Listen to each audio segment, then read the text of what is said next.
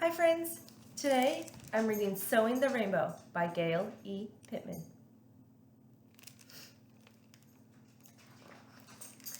In a small town in Kansas where everything was gray and dull and flat, there was a little boy who was full of color and sparkle and glitter.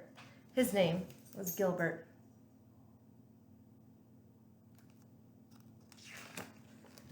Gilbert loved visiting his grandmother's clothing store. He'd sit next to her while she sewed and draw beautiful gowns and costumes. Gilbert dreamed of someday bringing these drawings to life.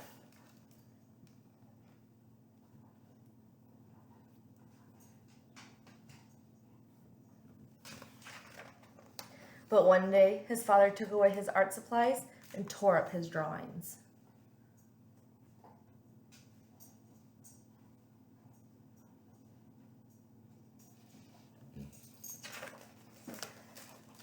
Surrounded by building blocks and erector sets, sports gears, and slingshots, Gilbert's colorful, sparkly, glittery personality started to fade, and he too became gray and dull and flat, just like the Kansas landscape.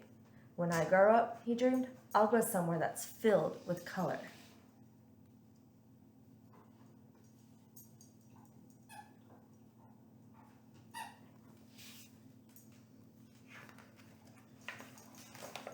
But that didn't happen. Instead, when Gilbert turned 18, he received a letter that knocked every last bit of sparkle out of him.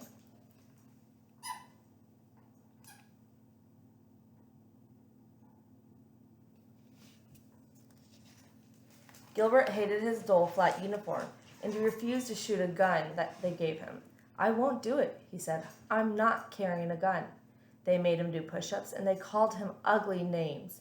But Gilbert wouldn't budge. The idea of shooting a gun made him feel sick. So they sent him to San Francisco, where he would never have to pick up a gun again.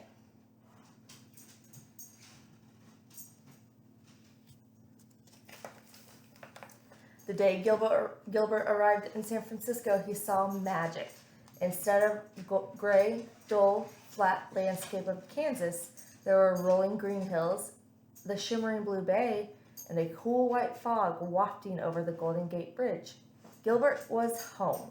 Finally, he could breathe. He could be his colorful, sparkly, glittery self.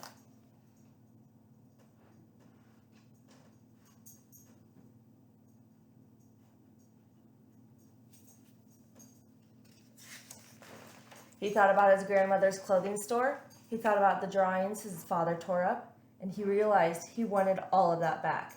So Gilbert taught himself to sew, and he created fabulous costumes, just like the ones he drew when he was a little boy.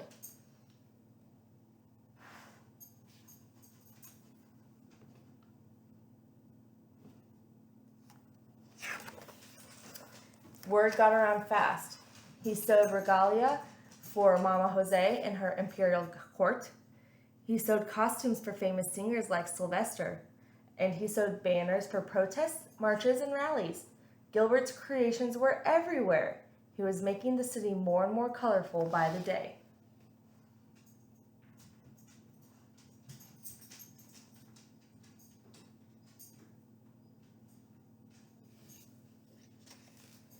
There was just one thing that continued to blemish their beautiful city. It was a symbol that in Gilbert's community was a constant reminder of evil. We need a new logo, his friend Harvey said to him one day, and Gilbert got an idea.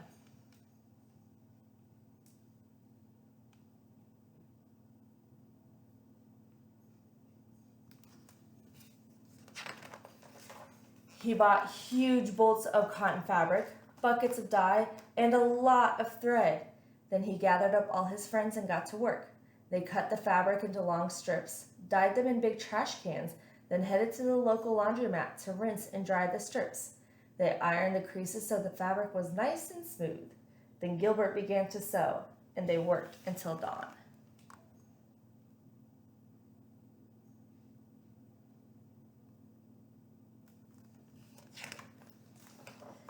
By the time the sun rose, Gilbert and his friends had created 2 beautiful rainbow flags, but their work wasn't over.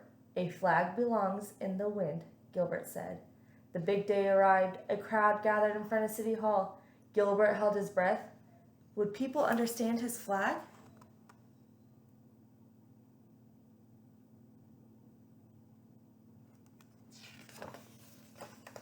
Up they went, the flags unfurled, flooding the sky with a spectrum of colors. The city radiated with color and sparkle and glitter, and the crowd lit up like the gold at the end of a rainbow.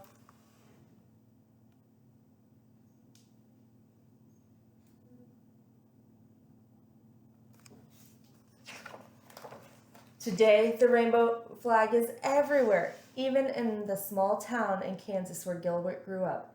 Wherever you see a rainbow flag, you'll know that it's okay to be your colorful, sparkly, glittery self.